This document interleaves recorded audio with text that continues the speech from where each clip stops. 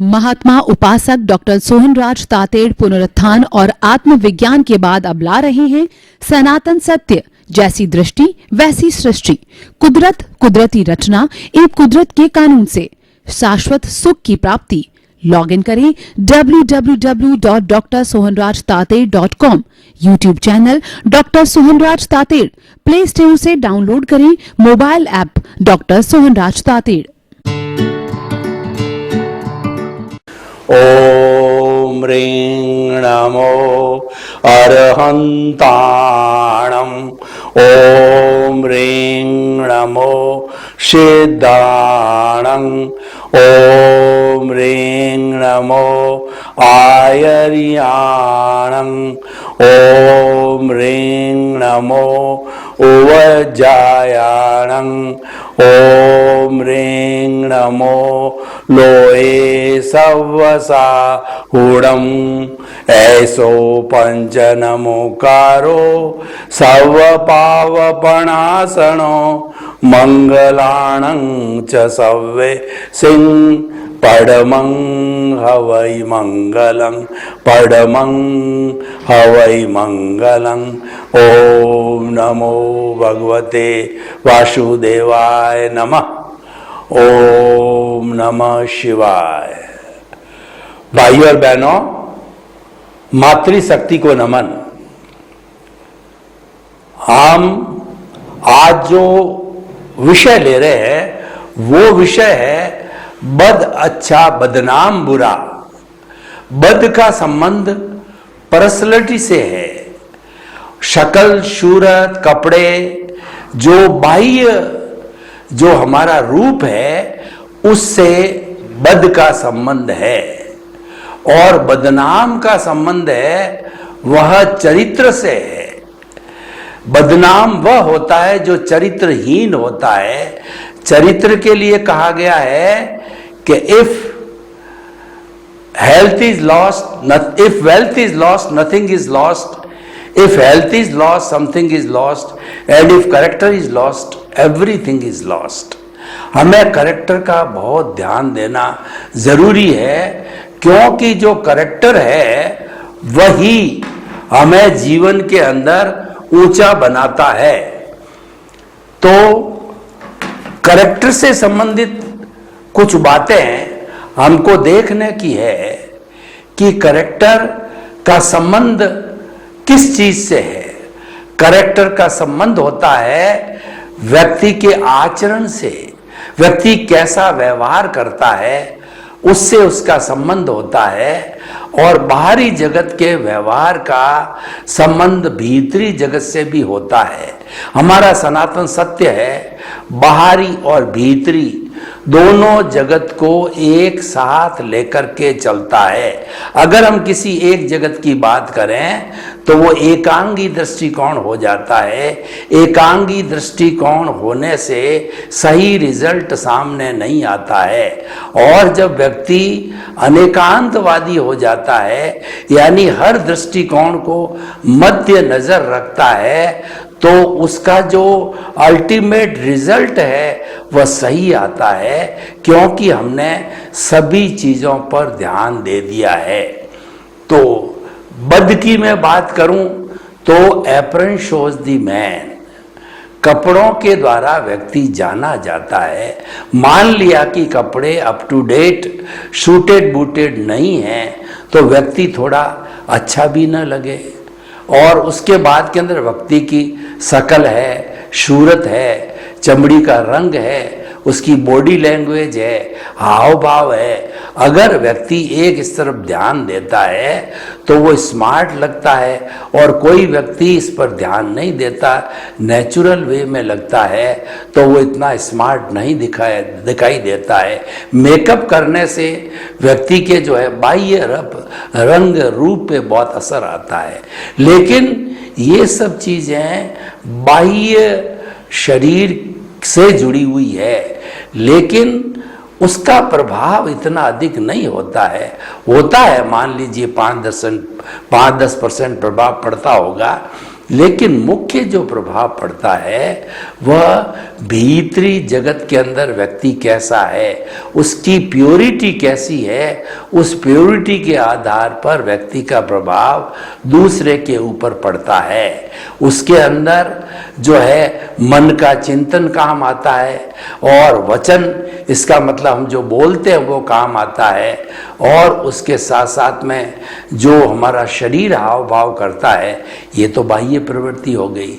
तो भीतरी प्रवृत्ति का जो मेन भाग है वह है हमारा मन। तो हमारा मन कैसा चिंतन करता है, उसके आधार पर व्यक्ति जो है बदनाम होता है, और व्यक्ति जो है वो घृणा का पात्र बनता है। यानी हम जितनी जितनी रॉन्ग बिलीफ को पालते हैं वो सारी रॉन्ग बिलीफ है, हमें एक जो है अच्छा व्यक्ति नहीं बनाता है। उदाहरण के तौर पर देखिए कि जो व्यक्ति क्रोधी होता है वो बात बात पे उबल जाता है, और जिसके ऊपर क्रोध किया जाता है उसका भी मूड खराब होता है।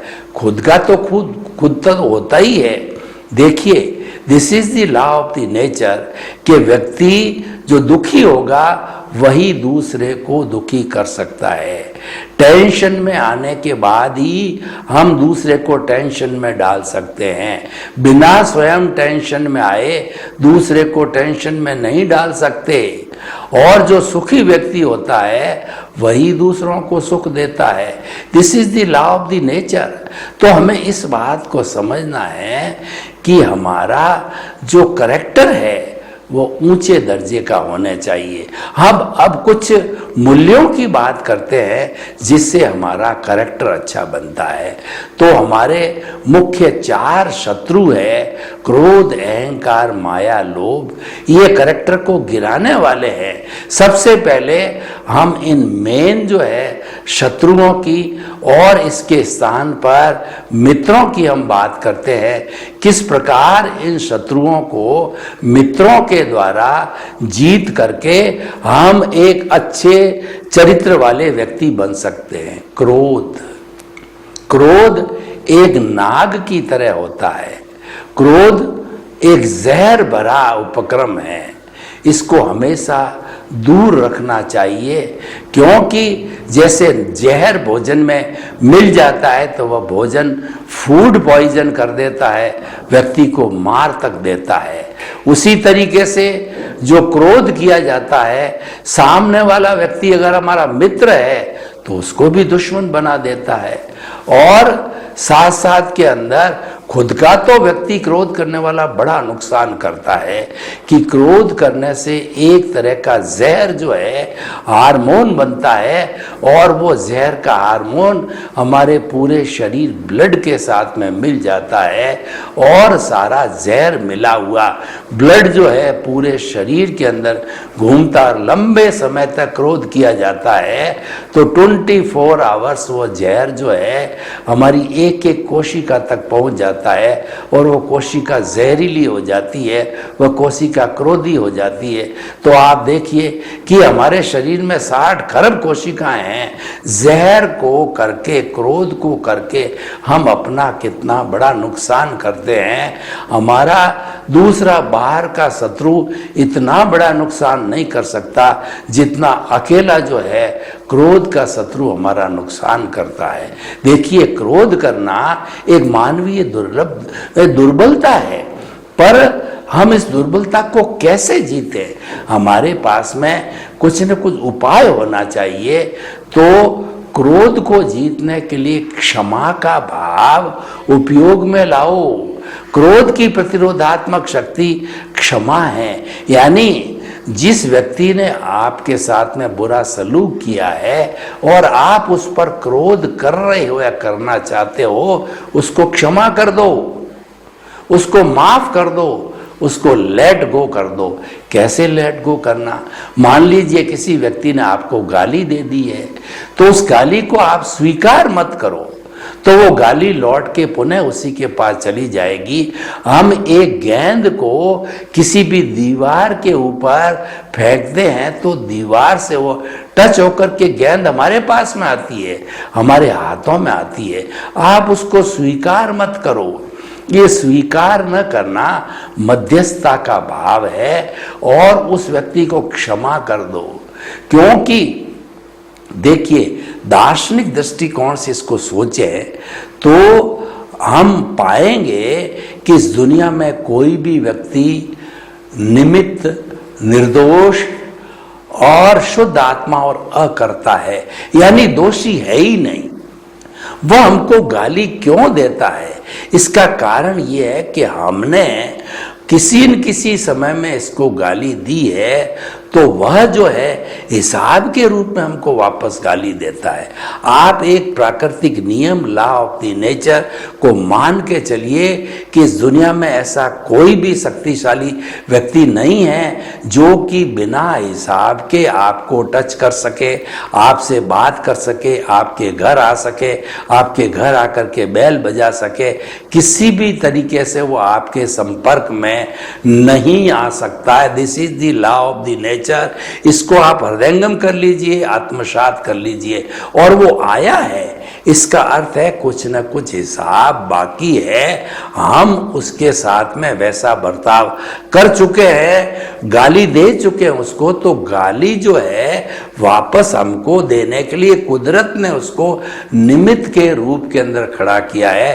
क्योंकि कुदरत हमारी जो है वो ऑपरेटर, क्रिएटर और डिस्ट्रॉयर है। हमारे उपादान के अनुसार, हमारे जो हमने भावों के द्वारा पूर्व समय में, पूर्व जन्म के अंदर कॉज डाले थे, उसी के अनुरूप वो हमको इफेक्ट देता है। उस व्यक्ति को ला करके वो खड़ा कर देता है निश्चित समय के ऊपर। और जो कुदरत काम करती है वो द्रव्य, क्षेत्र और काल भाव पर काम करती है। कैसे करती है? मान लीजिए कि किसी व्यक्ति को आपने पूर्व जन्म के अंदर गाली दी थी, तो वह व्यक्ति द्रव्य बन गया और वह व्यक्ति इस जन्म में मान लीजिए कि आपका मित्र है, तो वह द्रव्य रूप में मौजूद है। अब क्षेत्र का अर्थ यह है कि किस क्षेत्र के अंदर गाली दी गई थी, उसी क्षेत्र में आप जाएंगे तब वो आपको गाली देगा।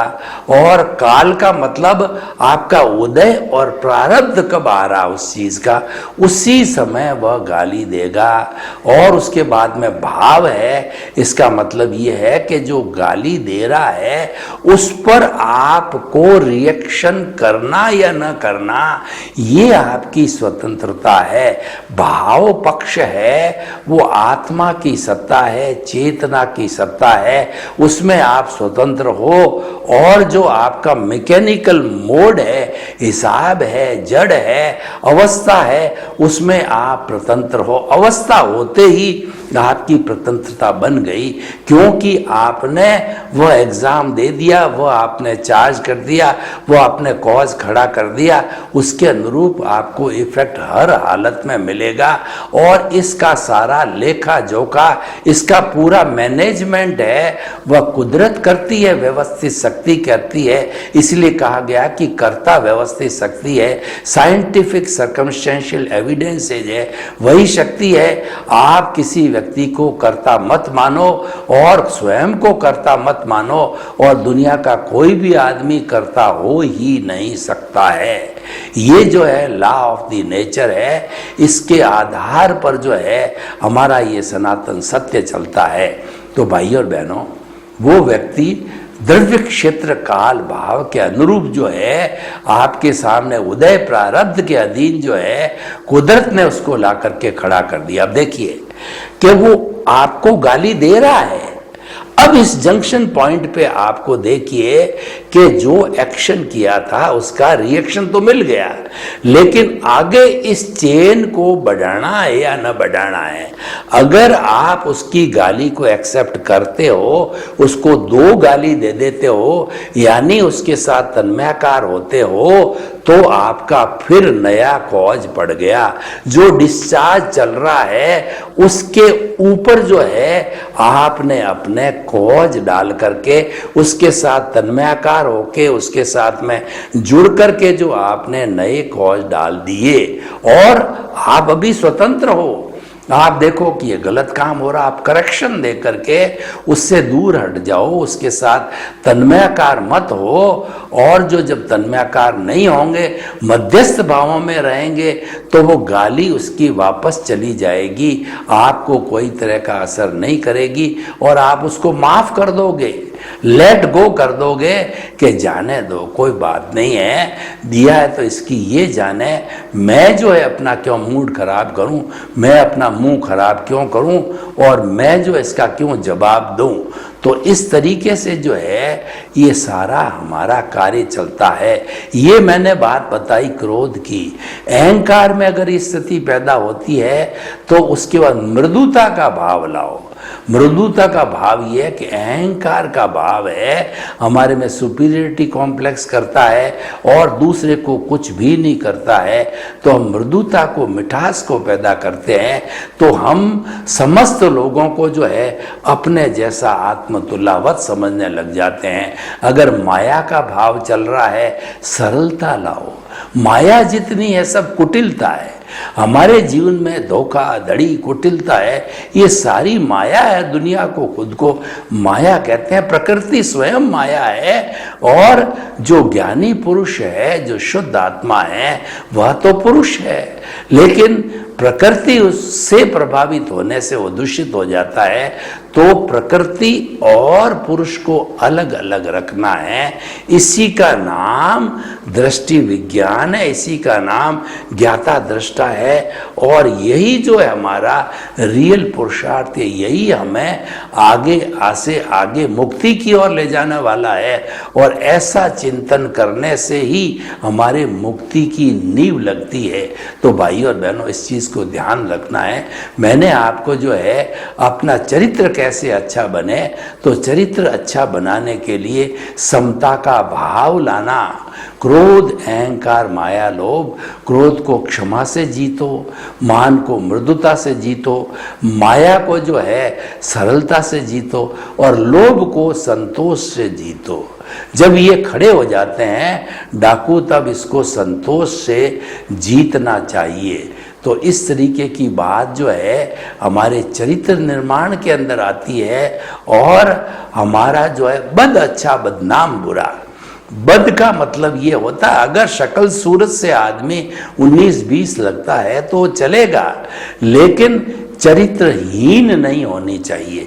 चरित्रहीनता किसको कहा जाता है कि हमारे समाज ने कुछ ऐसे एथिक्स बनाए, समाज ने कुछ वैल्यूज बनाई है, समाज ने कुछ नियम बनाए हैं, उन नियमों का पालन करना, उन नियमों पर चलना है, वो चरित्रवान बनने के बराबर। उदाहरण के तौर पर देखिए, ब्रह्मचर्य की मैं परिभाषा करूं, ब्रह्मचर्य गृहस्थ के लिए अणुव्रत है और सन्यासी के लिए महाव्रत है। सन्यासी के 5 महाव्रत हमारी भारतीय संस्कृति ने मान्य किए हैं: अहिंसा, सत्य, अचौर्य, ब्रह्मचर्य और अपरिग्रह। और ये ग्रस्त लोगों के लिए अणुव्रती है। उसके अंदर स्थूल जो है, इनका जो है वो स्थूल करने का, इसको सेवन करना का उनको स्वतंत्रता है, क्योंकि वो सूक्ष्म रूप से पालन नहीं कर सकते।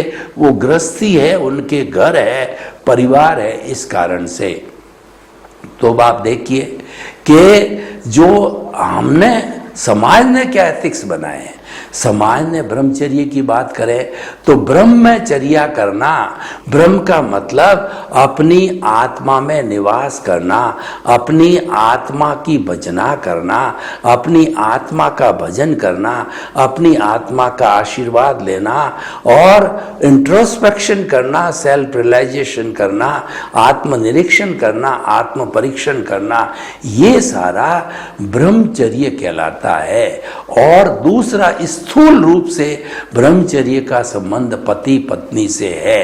तो हम अगर अणुव्रत की बात करें, हम गृहस्थ की बात करें, तो जो है आदमी बदनाम कब होगा कि वो स्वदार संतोष नहीं करेगा, तब बदनाम हो जाएगा। स्वदार संतोष का मतलब है आप गृहस्थी हो और आप में पुरुषार्थ चतुष्ट है, काम अर्थ धर्म और मोक्ष।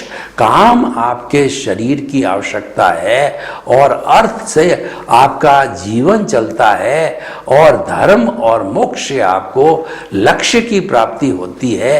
तो स्वदार संतोष का अर्थ ये हुआ कि एक स्त्री को छोड़ करके इस विश्व की समस्त स्त्रियां अगर छोटी है तो बेटी है, बराबरी उम्र की है तो बहन है, और उससे बड़ी उम्र की है तो माँ है, दादी है, नानी है। इस रूप के अंदर समझना आपको एक पत्नी की छूट दी गई है और ये समाज के द्वारा विवाह प्रथा में मान्य किया गया है।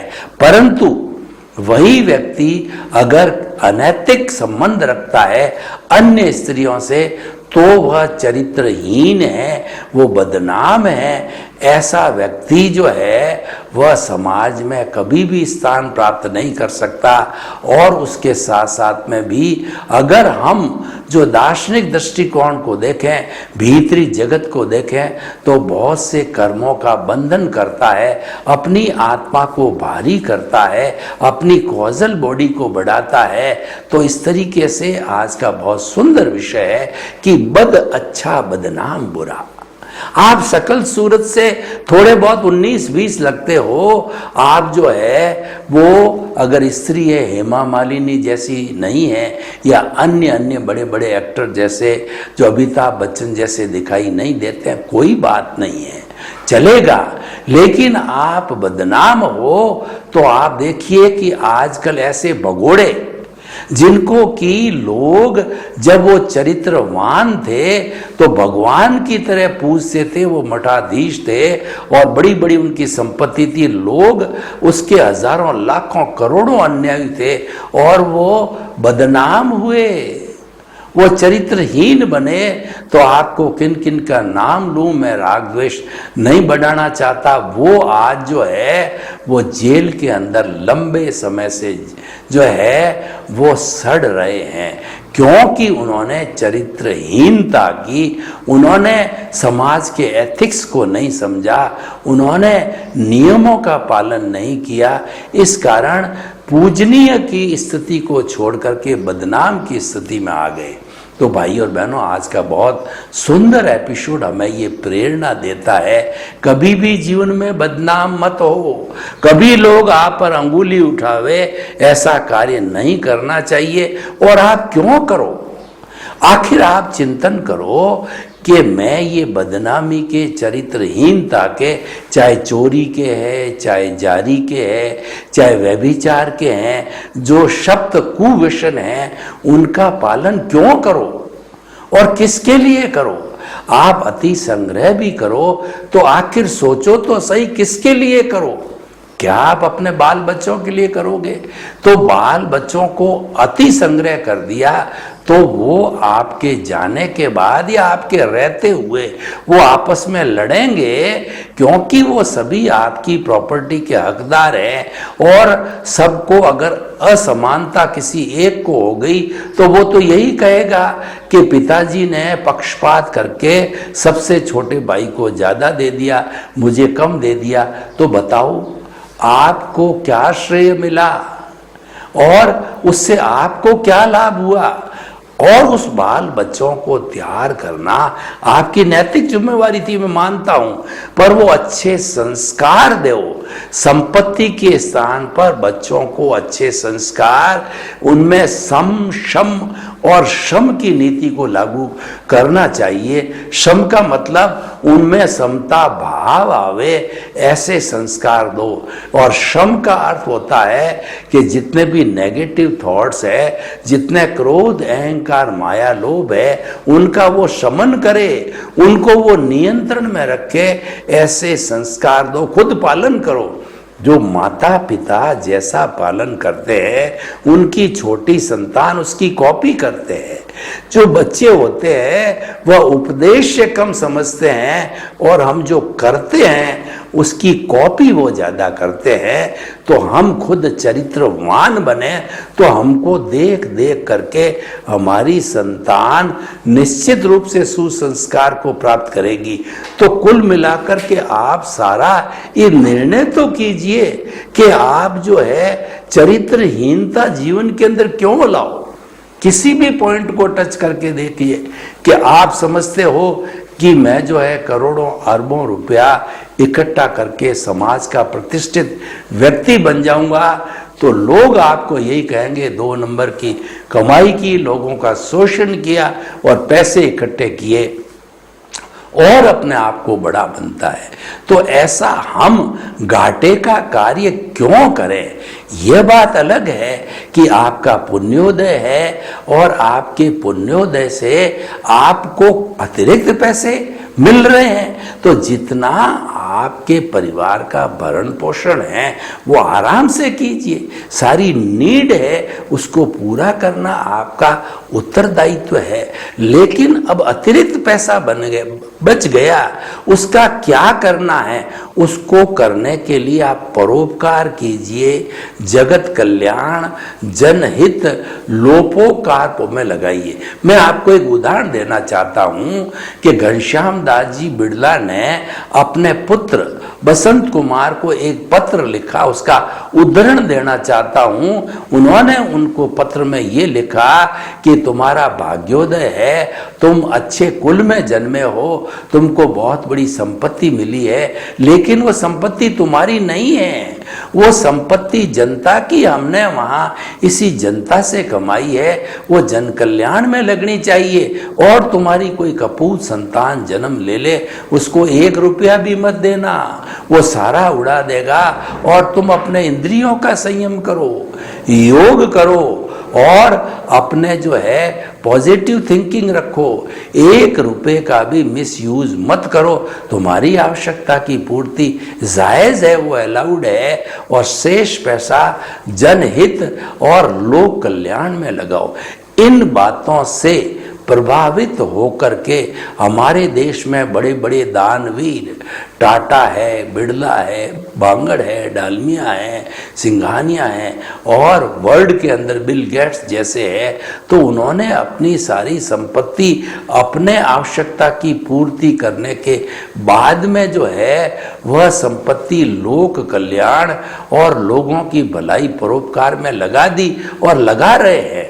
यह एक बहुत सुंदर उपक्रम है, लेकिन हम केवल जो है संग्रह करने लग जावें तो बदनामी होती है। दूसरी बात देखिए कि व्यक्ति को अपने भाग्य से जो है सत्ता मिल जाती है, पद मिल जाता है, उससे प्रतिष्ठा होती है, अच्छी बात है, ये आपका पुण्योदय है। लेकिन आपका पद प्रतिष्ठा है वह लोगों की भलाई के लिए काम आनी चाहिए।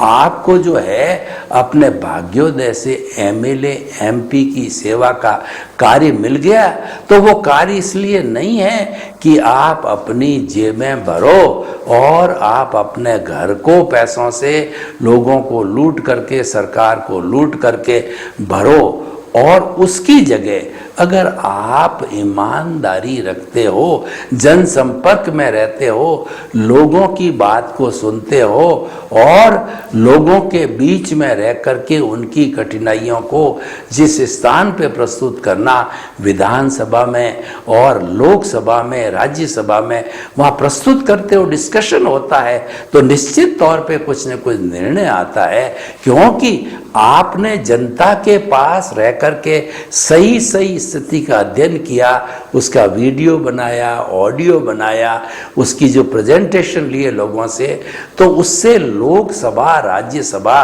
विधानसभा ये जानेगी कि ये सारी चीजें फील्ड के अंदर लोगों के साथ में रहने से आई है।